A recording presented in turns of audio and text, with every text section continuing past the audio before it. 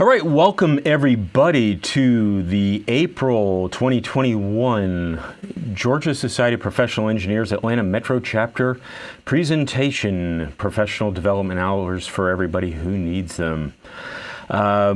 This is, as I said, presented and brought to you by the Georgia Society of Professional Engineers Atlanta Metro Chapter. We try and do these every month. With the exception of July and August. So be sure to subscribe, give us a thumbs up if you like the presentation, and hit that bell notification on YouTube to make sure that you get notified of future events. Just a quick little bit of housekeeping for tonight. Please, there's a scroll on the screen now, but please make sure you type in @ and then all uppercase GSPE at the start of any questions you may have for the speaker. That will help call it out to me as opposed to just general back and forth comments amongst the group. And of course, back and forth comments amongst the group are absolutely welcome as well. Tonight's speaker has requested that we hold questions until the end. So either he or I will let you know when that is appropriate. However, there may be some terms used during tonight's presentation. If you do not understand what those terms mean, our speaker has said it's okay to inquire as to the meaning of that particular term if you don't understand it at that point in time. But otherwise, please hold your questions until the end. And with that, we have a few announcements. This month by our chapter vice president, Roger Grabman, PE. Oh, and by the way, I don't think I mentioned who I was. I'm Steve Strong, and I am the delegate for the state of Georgia to the NSPE, as well as a past president of both the Atlanta Metro chapter and the state organization. So without further ado, Roger, it's all you. Well, good evening. One of the things that GSPE participates in is the Georgia Engineering Foundation. Just to be aware, they have in the past year awarded in excess of $87,000 to 42 different scholarships. This should be of note to anybody who's looking for engineering scholarship money. Georgia Engineering Foundation, GEFINC.org. Tonight's speaker is Albert Weaver, president of L.A. Weaver Co. He's a certified safety professional. He will be presenting on hazardous crane practices and alternatives. He holds degrees from Western Carolina University and North Carolina State University. He was for 20 years a lecturer at North Carolina State Extension. He's received awards for his lecturing, the clarity of his presentations. He is a professional member of the North Carolina chapter of the American Society of Safety Professionals, ASSP. He often lectures and has written literally hundreds of articles related to lifting and other safety issues. Albert? Thank you, Roger. It's my pleasure to be with you tonight. Roger touched base with me a few weeks ago, I think after the accidents that may have occurred in the Atlanta area with some of the crane accidents there. And at the same time, I'd seen an article that our staff had just had published in the Professional Safety Journal on the hazards associated with crane and hoist side pulls. We talked and he asked if I would be able to make a presentation to this group tonight, and I asked that also if I could broaden it a bit beyond the soul. It wouldn't be solely on hoist and crane side pulls, but talk about some other aspects of crane safety. And I'll talk about two different areas. That would be side pulls, but also address the electrical risk, some of the electrical risk associated with it. And I'll start with that, and then I'll go into the side pull issue after that. There are other risks associated with crane and hoist safety, but I'm going to be able to, in the period of time allotted, focus on those two. The first thing I can show you from this slide here is the total U.S. crane fatalities we've had in the United States between 1992 and 2018. And you can see the trend line, the red line shows a marked improvement from the first data that we have available to us, where there were about 115 fatalities for the year 1992, and it has dropped down. So in 2018, it's about the mid 40s, and it's running somewhere in that range now. So there was a 61% reduction over that period of time from 1992 through 2018. The trend line shows it's roughly 2 fatalities per year in that reduction, and that there has been a 47% reduction in the number of fatalities from 92 to 2009 compared to 2010 to 2018. And in part, we feel that that was based on some major revisions that were made to the OSHA standard in 2010.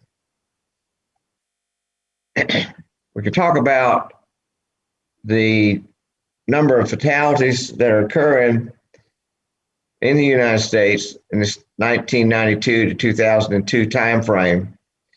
And you can see the areas that we're going to talk about include 2 areas here. The second one on the list, contact with electric current, for example, the overhead power lines. And that accounts for about 25% of the accidents, fatal accidents. The other area that we will address, the crane and hoist side pulls, have resulted in about 1%. So some of the other big ones are struck by falling or swinging an object and fall from the crane cab or structure. All of these are pretty much covered in depth in a number of different standards that are applicable, some of which we'll have some opportunity tonight to make some reference to, but it's pretty much the OSHA standards and then consensus standards that might be through either the ANSI group, American National Standards Institute, or American Society of Mechanical Engineers. They're the groups that have the most of those standards. Roger also asked that I cover early on a bit about the types of cranes and hoists, and particularly the cranes. I'm using a document here that is the one produced by the North Carolina Department of Labor. We have their permission. It's in the public domain, but we have their permission to reprint these here. So you can see we have wheel-mounted cranes, and you can see the direction of motion there, and crawler cranes, essentially the same. We also have wheel-mounted cranes here, and a commercial truck crane with a telescoping boom moving in and out. And then the cranes that probably some of these you've seen maybe recently have gotten more exposure, publicity than some of the others. The tower cranes, the hammerhead and the luff and boom, which moves in and out cranes. And I think I saw at Roger when he had touched base with me that there had been a couple accidents in the Atlanta area. One I saw seemed to be a tower crane that was in the process of being dismantled. And that's not uncommon for an accident to occur during that period of time. We had a similar type of accident to that in Raleigh within the last couple of years, that major accident associated with it. And then the other one I saw that was in that Atlanta area was as a result of a truck crane.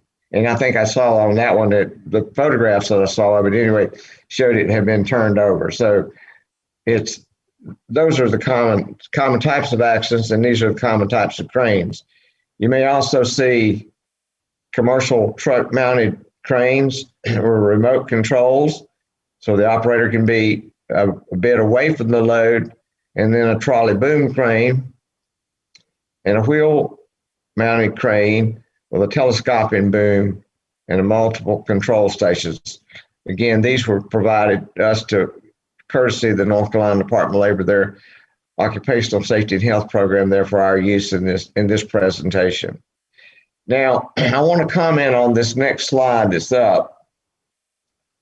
There is a statement at the top: equipment is not covered by the OSHA standard 29 CFR 1926, the subpart C, and and there's several others besides these, but the articulating knuckle boom truck crane, and which you might see particularly with loads of sheetrock or plywood being flown into a building, lifted up and moved into a building, or typically referred to as flown into the building.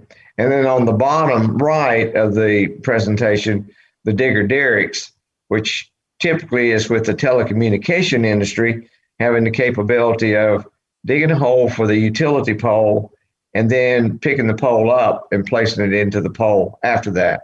They're exempt from that part of the OSHA standard. However, I would point out that if you look closely at some of the requirements that are there, you will find that although it might have some exemption there, it won't really exempt you, from my experience, from the liability that might be associated with an accident should it occur. If it's not covered under the OSHA program, most likely one of the ANSI or ASME standards will have addressed it, and it just sets up the situation where if there's a legal action, then you have an issue you'll have to deal with. The first area then, having made the brief comments about the types of cranes and the two types of risk that we're going to address, I'll start with the problem with electrical substations, in this case, and lines traversing a property where there's also elevated work going on at the same time. And this is from a case that we worked on probably 15 years ago.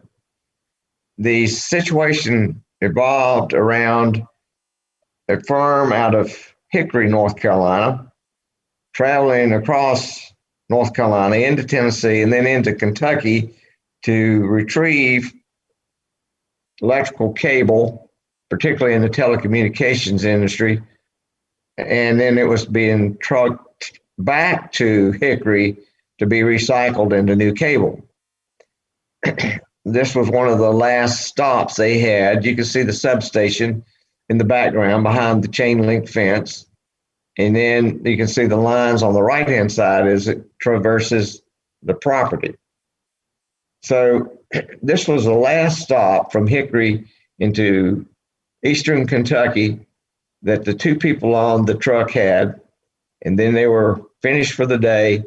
And then they were on their way back to Hickory. Let me show you a couple other shots, and then I'll explain a bit more about what occurred here. Here are the lines, again, coming across the property from the substation.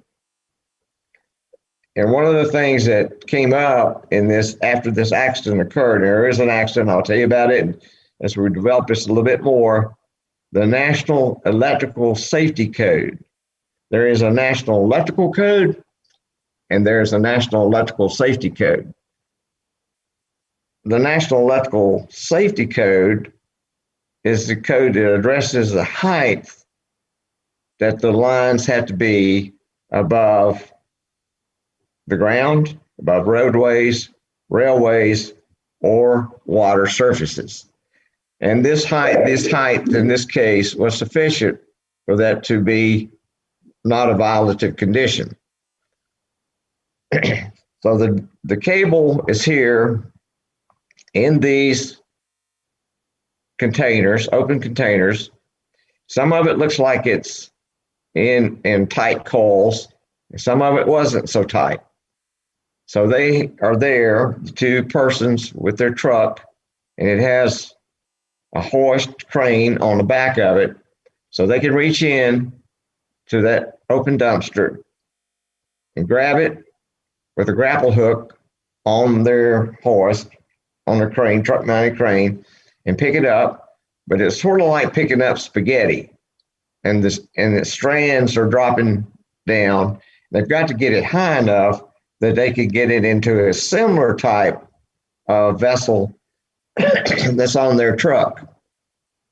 So they're there on the site, the last stop of the day, and the two individuals say, okay, this is it. Then we're on the way back to Hickory. One individual says, I'm going to take a bathroom break. I'll go to the bathroom. And then as soon as I get back, we'll load it up and we'll be out of here. The person on the truck decided to start without his spotter. That's the person whose job was going to be to spot to make sure that he was not getting too close to the overhead lines. They were somewhat underneath it where they were located. When the individual who was going to serve as the spotter came out of the bathroom, he saw the hoist being raised.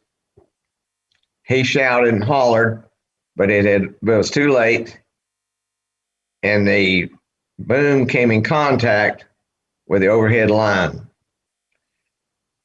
The individual operating it was standing on the ground beside the crane. It came down the line, down the boom, came into the controls that he had in his hand. He suffered some burns, came into his hands, went out his feet. It also traveled across the property,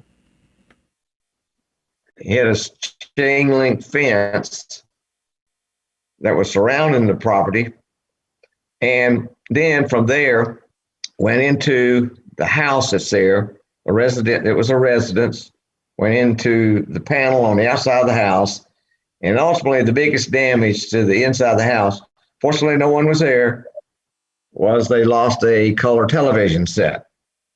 So that was major issue for them, and that was part of what was brought up in the lawsuit. You can see from this shot here, the one on the upper right particularly, how those lines are oriented toward that property. So the question then becomes, from the plaintiff or the defense standpoint, what arguments were being made and what could have been done to have prevented that from occurring. Well, hey, Al, I'm sorry, real quick, somebody did ask for you to define induction hazard for them, please. Did I talk about induction? Apparently. That was Tom Williams was asking. Okay. There is an issue associated with induced voltages, and that is the reason why the lines, if you're working on them, have to be not only disconnected, but they also have to be grounded. It's not sufficient to have the lines there, have somebody working on one because it's been disconnected and not have it isolated from the others. So you get an induced voltage and it will travel through the air and energize the other line. So it's common in the electrical utility industry that they ground and they disconnected and grounded the line so that there's no possibility of it moving from one line to the other and then into an individual. And the other thing that I'm familiar with, which was a practice from a person I worked with 25 or 30 years ago, who had served with George's power company, later became a part of Carolina Power and Light, later became a part of Duke Energy, was what was referred to as live line bare hand work, so that they're at the same potential and no potential difference between their body and ground, and they can work it barehanded. It's the same reason why you see some animals, squirrels, etc., birds that can sit on a power line and not be electrocuted. There's no potential difference where they're there and isolated from ground. So having said that, and I presume I've answered the question. He did have one follow-on. He says he was anticipating possible coiled wires charging by induction. Repeat the question, Steve. A comment? Yeah, he said he was anticipating possible coiled wires charging by induction. These wires were all disconnected. The problem was the boom came in contact with the overhead line. So the issues then become how far away are you allowed to be? So the standard here, OSHA standard 29 CFR 1926.1408, specifies that if you're going to be closer than 20 feet to a power line, you've got three options. Meet the requirements of options 1, 2, or 3. Option 1, which I just basically addressed, is to de-energize and ground, confirming from the utility owner that the power has been de-energized and visibly grounded. Option 2 is to maintain a 20-foot clearance. No part of it, any of the lifting equipment gets within 20 feet of it, rigging and lifting accessories. And option 3 is to use what's referred to as Table A, which is specifies based on the voltage, the minimum approach distances that have to be maintained. There is a table, and that table, in all instances, my picture I think is covering up one on the right, but I know what it is. Up to 50 volts is 10 feet, so you never can get closer than 10 feet to it. Up to 50 volts, 50,000 volts. Then as it goes up from there, up to 1,000 kilovolts, it's 45 feet, and over that, as established by the utility owner operator or registered professional engineer, who also is a qualified person with respect to electrical power, transmission, and distribution. So there's two criteria, that person must have as a professional engineer, but also as a qualified person. Now, if you're going to go the route of options under option 2 or 3, then all the following requirements have to be met. And we have highlighted the key points here. There's got to be a planning meeting with the operator or other workers to review the location of the power lines, and the steps will be taken to prevent encroachment/electrocution. If tag lines are used, they must be non-conductive. Number 3, an elevated warning line, barricade, or line of visibility marking at 20 feet from the power line must be used, or the minimum approach distances from that table A have to be used. That's the three issues there. In addition, up to 350,000 volts, equipment operations include a proximity alarm that have been around for 25 plus years, a dedicated spotter. In this case, he was in the bathroom, just coming out of the bathroom, a device that automatically warns the operator when to stop motion, a device that automatically limits range of motion, or an insulating link or device. The insulating link or devices were not present on the boom of that piece of equipment, and the dedicated spotter was not there. Neither one of those. Some of the other standards that are here have come about since that time when I worked on that case 25 years plus ago. But all that is available to us now, and one or more of those has to be used. Now, I want to move from that area and move to side pulls and the hoist and the issues associated with them. So that first area we talked about accounts for about 24 to 25% of the electrical fatalities associated with crane use. The next area accounts for about 1%, but the results may be disastrous in terms of the amount of damage that it can cause. So here's an example of a side pull. This was a facility that was being demolished. It was a headquarters building that was being demolished. And you can see one of the persons on our staff with the graphics, arts, and communication degree, also from NC State, has mapped it out. So it was swinging 7 degrees to one side and 11 degrees to the other. So we're going to talk about side pulls as being a prohibited practice in most instances, but I'm going to show you also how it can be accommodated. So I'm not saying from this slide that there was anything that was absolutely wrong with it, but there are certain things that had to be in place in order for it to be a permitted practice.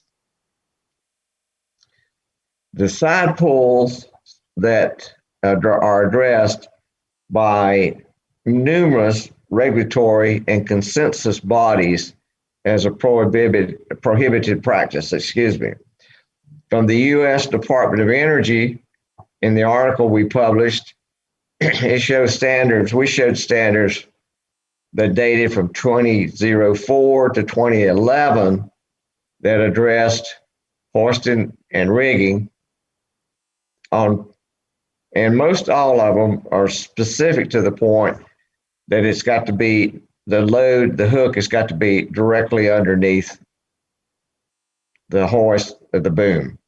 Also, the International Labor Office. So that's out of Geneva, Switzerland. So you can see from that standpoint that it's not only the United States, but it's an expected practice pretty much worldwide, or at least everybody that's a part of the European Union. Then the OSHA standards. And we dated these back to 1971, which is about the time that the OSHA program got underway. So we have the standards for overhead gantry cranes, crawler, locomotive, and truck cranes, derricks. And the fifth bullet point there shows the one we talked about earlier, cranes and derricks in construction.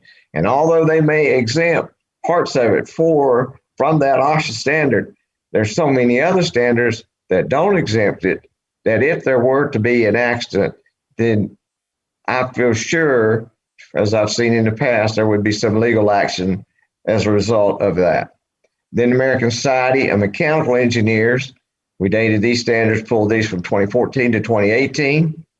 Overhead and gantry cranes, mobile and locomotive cranes, overhead, underhung and stationary hoist, cranes and monorails, below the hook lifted devices, and lever hoist, all address side pull restrictions. And then the ANSI standards back to 1967.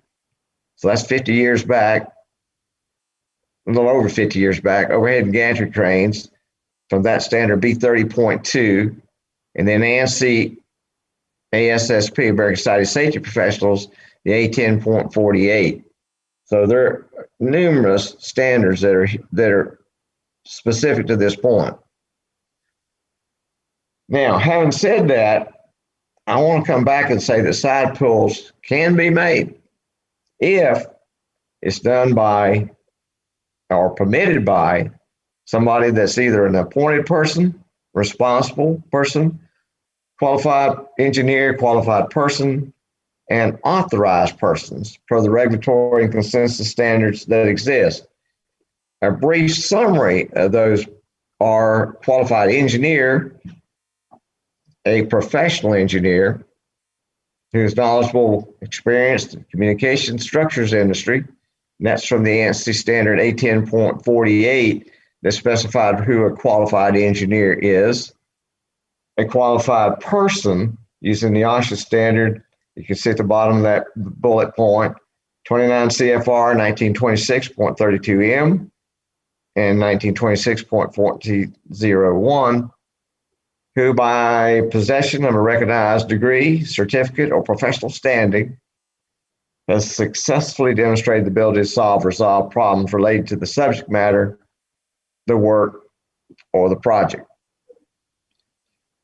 The B30 standards define a qualified person has a recognized degree in an applicable field, or who by extensive knowledge training can demonstrate the ability to resolve or solve problems subject to relative to the subject matter and work. Pulling out not from a standard, but a general definition, an appointed person is a person responsible for the execution and the safety of the lifting operation. And then finally, the competent person from the OSHA standard, and this is used in numerous places in the OSHA standards. Here it is from 1926.32F, can identify existing and predictable hazards in the surroundings or working conditions, unsanitary, hazardous, or dangerous, and who has authority, authorization to take prompt corrective measures to eliminate them. So one of those 5 persons, if you're in one of those 5 categories, then you are capable of authorizing a side pull. It may be a small few number of degrees, but it's any amount of it is going to be a stress that's going to be placed on the crane, and it may be enough that there's an issue, a problem, turning it over, pulling it into something else, or just the damage to the sheaves and other lifting components of the crane. Now, I'm going to run this short video now for about 2 minutes that will show you an accident on a highway with a side pull. And there's no sound.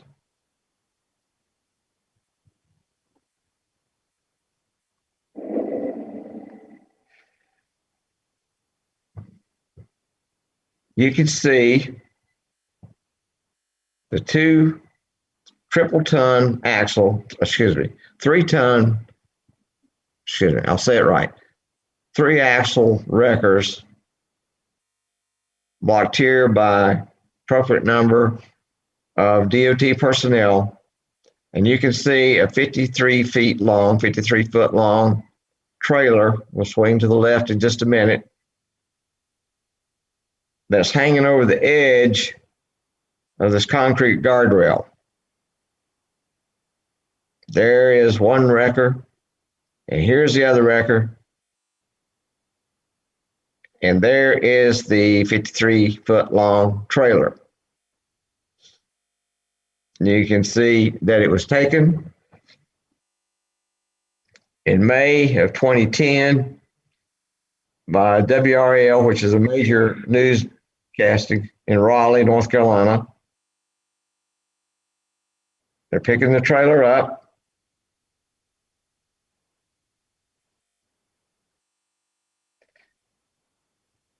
Fortunately, most of the people are far removed from it. No one actually ends up getting hurt. But they're picking it up. There it is. And there goes the wrecker over on its side. And now people scurry about.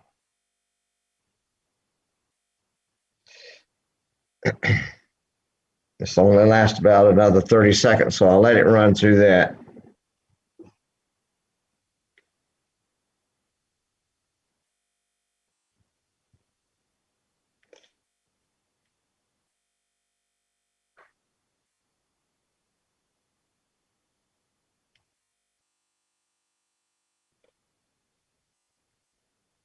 And as you see the people pulling back a bit, then you recognize that no one was hurt as a result of it.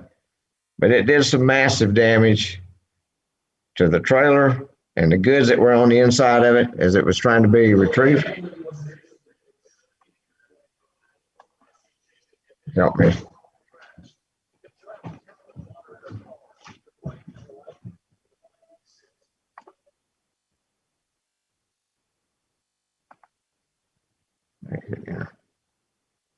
Thank you.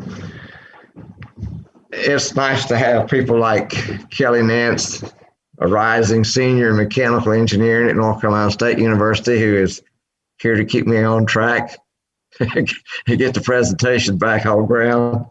So that was an example of 2 triple axle wreckers trying to pick up 53 foot long trailer that's been detached from the cab that was hanging over the side of the guardrail. No one was hurt, but there was some massive damage associated with it. We found the WRAL newscast on it, But quite often, since there was nobody hurt with it, it was a traffic accident and nothing appeared in the newspaper on it. But that was it.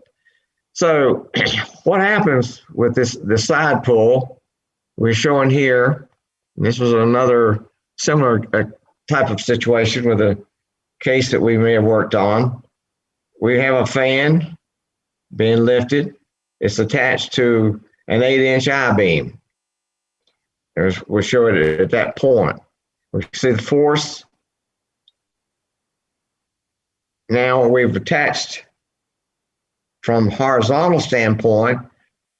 In this particular instance, we were pulling with a couple come-alongs. So the stress now is also coming down. In addition to vertical force, we have a horizontal force. And then we've lowered it, and there's no press cable stress longer present. So if we started off at 5,800 pounds, we have a resultant force on the I-beam, 5,800 pounds. But as that angle from the vertical changes from 15 to 30 to 45 degrees, it runs on up to 8,200 pounds. In this particular accident here, a fan was being flown into a building, essentially the fourth floor of a building, and then they were going through a process of what's referred to as stealing, S-T-A-L-I-N-G, stealing the load from the crane, and they were going to attach it to two come-alongs attached to an overhead beam. The beam flexed. They put it down quickly. They took the fan back down outside the building. They re-rigged it. They put it back in the building, and they got it on the floor, and they quit for that day. The next day, the individuals were told, don't attach the fan that's sitting on the floor to the come-alongs that are still attached to the beam. The argument said that they didn't do it. Some of the arguments there were they didn't do it. The engineers that were involved in the plant said there's no way the beam would have just come down on its own. They did come down the next day. The thought is they did use the come-alongs again. It's the same way they were doing this the day before, pulling sideways. The whole beam came down. The ceiling of the building came down. Massive damage to the building. Horrible injuries to several people that were either involved in it or were so close to it that they were injured from it as well. And multi-million-dollar accident from the damage that occurred to the building or to the individuals that were involved in it. And now we'll come back to what could have been done in just a minute when we talk about a type of crane that was available. But when you're pulling sideways, another thing that can happen as a result of doing that, either be caused or exacerbated by it, either one, pulley wear from misalignment. Cable too large for the pulley, we're showing here at 125% of its capacity.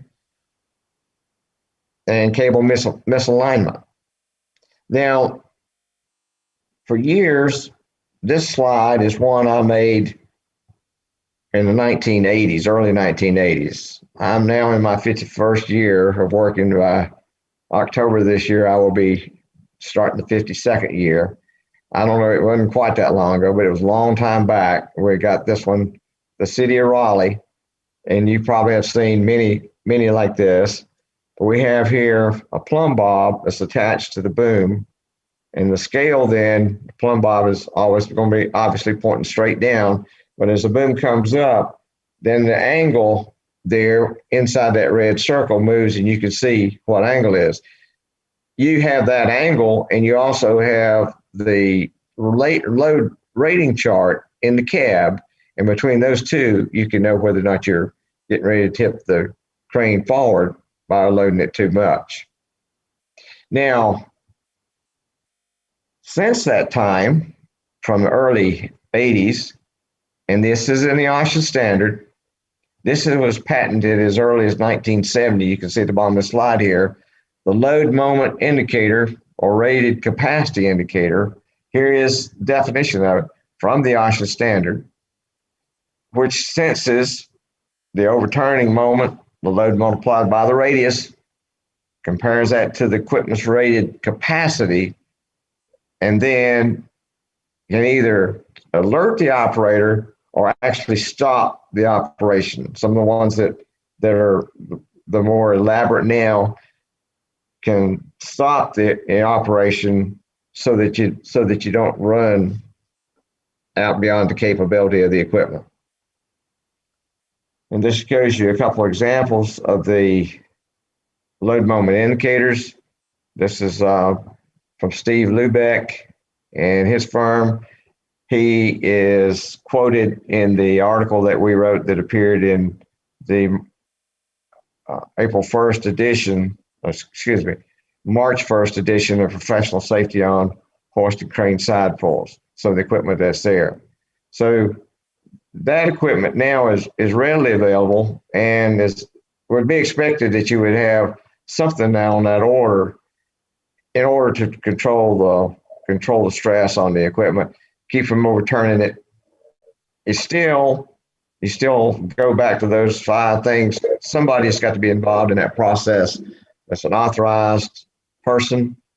If you're going to be doing side pulls, it's not going to be sufficient just to have the load moment indicators. Now, the portable gantry cranes are a solution to part of it.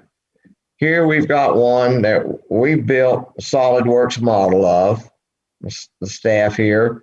Everybody comes through the engineering program at NC State now, knows how to use SolidWorks. I'm fortunate to have so many smart people around me. So they built this model in this case that we're working on.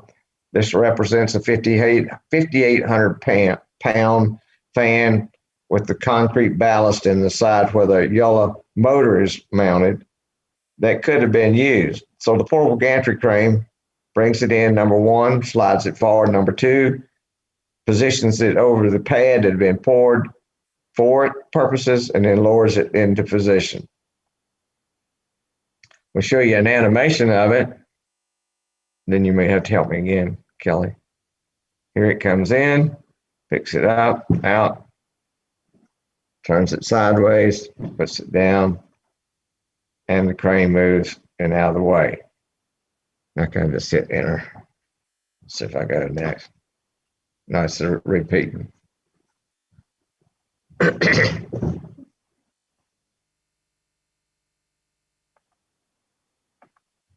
Okay.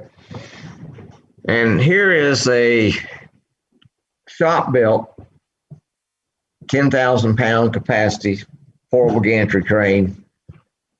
A good friend of mine, associate, North Carolina State civil engineering graduate, fine man, played football on the team, one of the teams at NC State that was undefeated years back. Finished school, had the opportunity to go to Caltech, but stayed at NC State and has got a construction firm. So we've relied on him for a couple of these slides that are going to come up now. But this is one that they built there. It's a portable gantry crane, and you can see very similar to the animation we had, the capability of movement. This is our SolidWorks model, a little closer up, that we had built just so that other people could understand. This is what could have been available, could have been used. This would have cost about $10,000 if you want to buy it. You could rent it for about $1,000 a week. But what happened was a multi-million-dollar lawsuit that could have been avoided had they used a portable gantry crane or some other way of getting it into the building and then into place. Now, in all the cases that we work on, one of the things we have to show typically to get the people, the jury, or whomever to buy into it is, well, just how long has this technology been available? In this case, you can see here, portable gantry cranes were patented as early as 1920. applied for a patent in 1916. So that's over 100 years. And again, we normally use that technology. So this is not just some pie in the sky stuff that we've come up with and dreamed up how to do it. This technology has been around for over 100 years. Engine hoist, there's a 5,000-pound engine hoist. This also is out of Justice Everett's shop. My friend, associate, the civil engineer from NC State.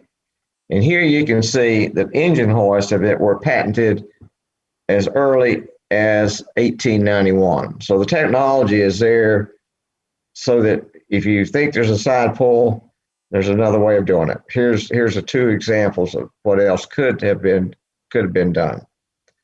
And with that, I think I'm running close to the time that I was allotted. I'll pull up at this point, Steve and Roger, and if anybody has any questions they want to pose to me, I'll be glad to try to answer them.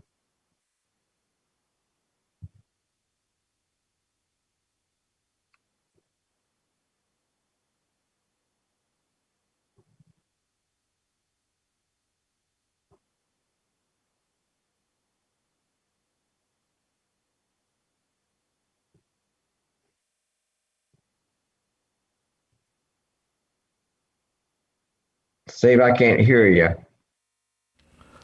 Sorry. Works better if I unmute my mic. Has OSHA final rule been promulgated for mobile crane operators to be formally trained and certified?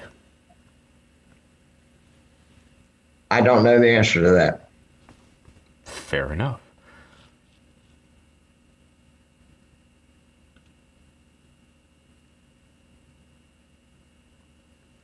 Anybody else? Remember, go ahead and put at GSPE in the beginning so it shows up for me as a question. Any other questions?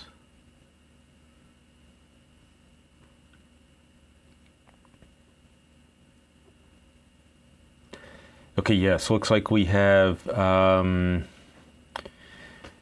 were floor loading concerns an issue with the portable gantry crane?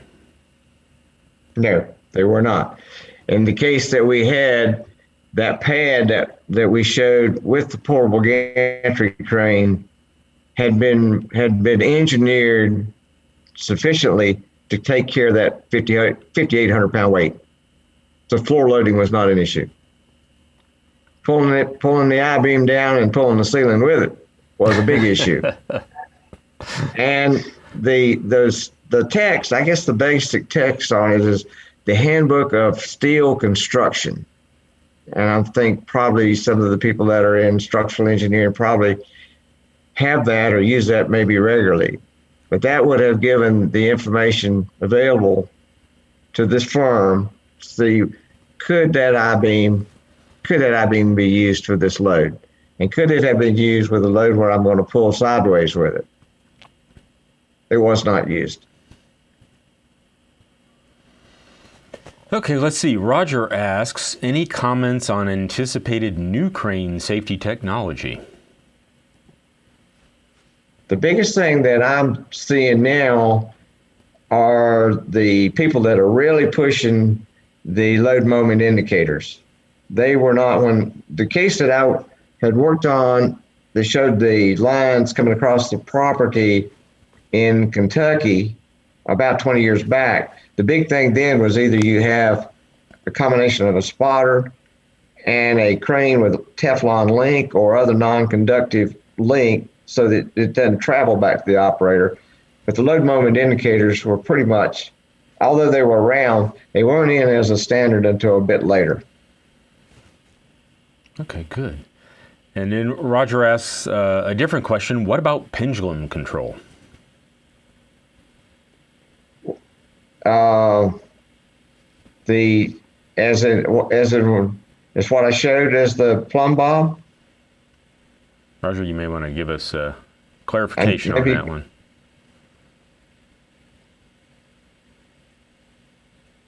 I think he's typing. Okay. And if anybody else has one in the interim, go right ahead.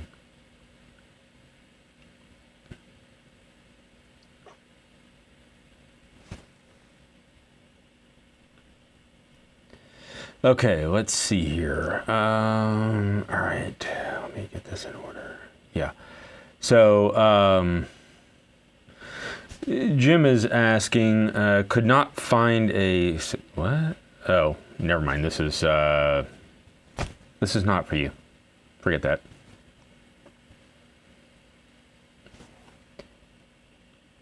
Roger says free swinging load and dynamic control of the motion. So that was in regards to his clarification of what about pendulum control. So he said free swinging load and dynamic control of the motion. Some of the technologies that are available will, depending on the amount of weight that's on it, on the end of it, the pendulum, would limit how far that swing can be made and shut it down.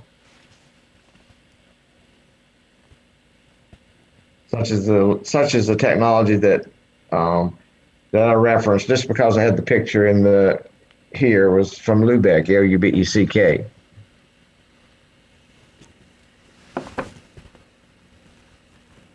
Okay. Anybody else?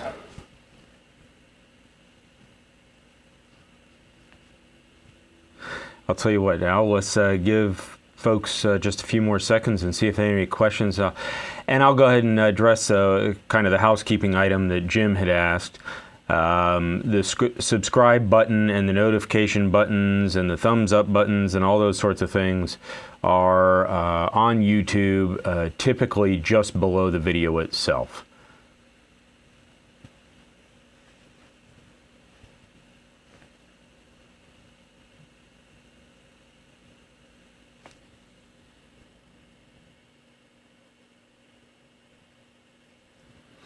All right, people are talking with each other. That's good. All right, anybody else? Anybody else have any questions?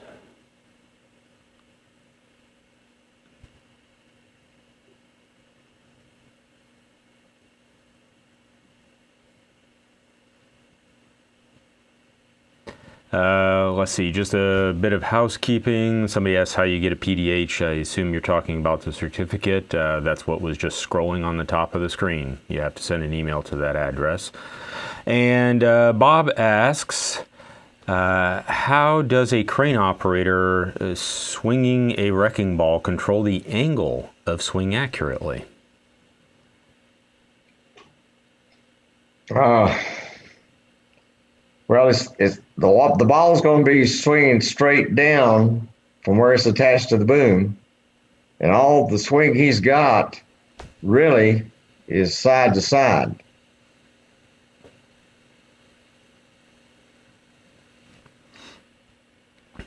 Okay, we got a couple others. Let's see, Jeff asks, were floor loading concerns an issue with the portable gantry crane? And then he has another one after that as well. No, they weren't. The floor had been assessed, and then a pad had been poured that would be sufficient to handle that weight that was being placed on it. The issue was that it wasn't anticipated that somebody was going to attach come-alongs to the overhead beam and steal the load from the crane, and that had not been assessed. Okay. All right, and then Jeff also asks, do dual tow trucks fall under the same critical lift requirements as dual crane lifts? Yes. Short and sweet.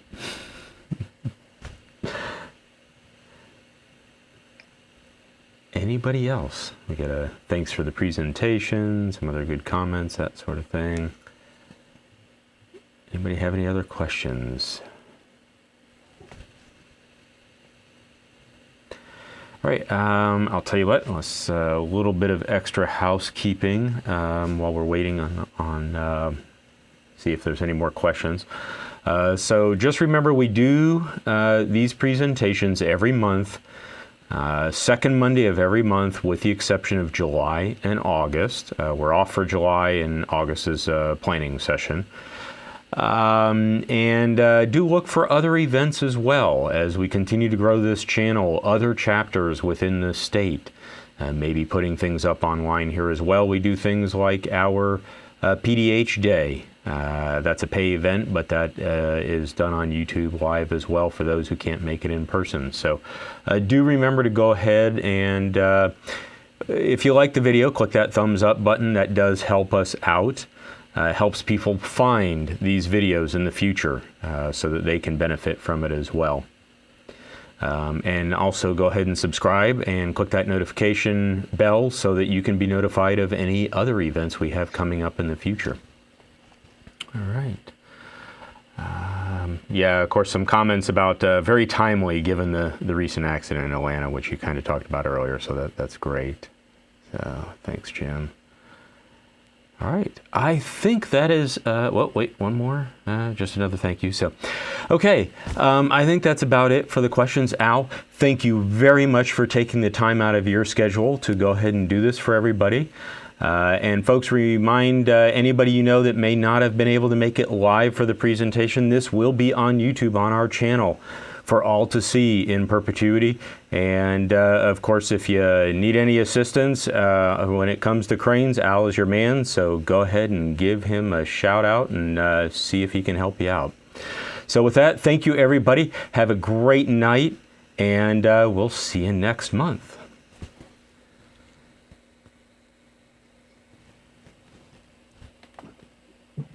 We hope you enjoyed this presentation given at one of the Atlanta Metro Chapter meetings of the Georgia Society of Professional Engineers, an affiliate of the National Society of Professional Engineers. To find out more about us or to join us, check us out at gspe.org.